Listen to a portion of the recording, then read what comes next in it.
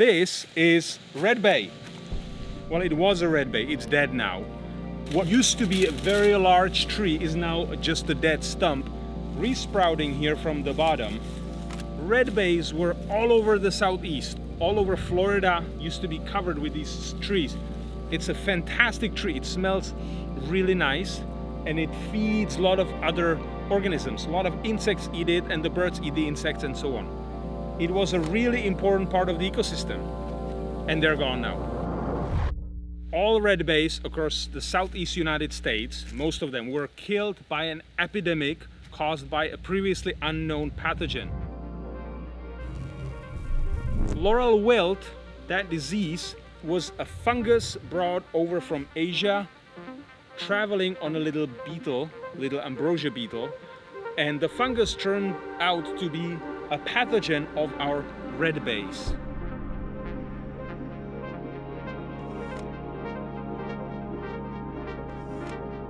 And it spun an epidemic of epic proportion, the fastest epidemic of tree death that's known to science.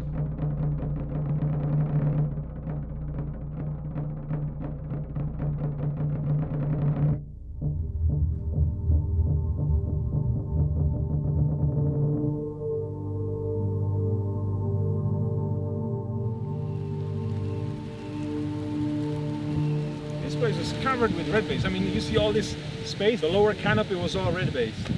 Are they going to come back to life, like the population, or do you think it's done for? We don't know. In an isolated place like this, they might, assuming all the vector beetles have died. We don't really know. And the crazy thing is that the same disease is affecting avocados. Red bay and avocado are the same genus, same group of plants. Look, you can actually pick those. Those are like little tiny avocados. You can peel them. There's the green pulp. There's the seed. Why is that important? Laurel wilt, that disease, is also affecting avocados. That's when people start paying attention, because your guacamole is really in danger. But we love avocado. Yes. Jiri, don't you love avocado toast? When I was stationed in Papua New Guinea, there were avocados everywhere. The regular butter from dairy was essentially inaccessible. There's no dairy industry there. But avocados growing on the trees everywhere, and people use that as butter, like spreading it on their toast. Yeah, because you could use it to make brownies and milkshakes and all kinds of things as well. The best shake on the planet is banana, avocado, kale, and cinnamon. It's fatty, it's sweet, it's the best. Do you like kale? No, but it's the healthy part. Okay. Do you know where almost all the guacamole in the United States is from? It's from Mexico. Almost all of it that we have here is imported. We have little industry in South Florida and a little bigger in California, but 10 or 100 times more is in Mexico. Imagine if that disease, this disease that turns big trees into mush, imagine if that gets to Mexico. What's gonna happen? We should really be on top of this. That is potentially a really big problem about to explode. And here we are at the School of Forestry, and I want to show you something.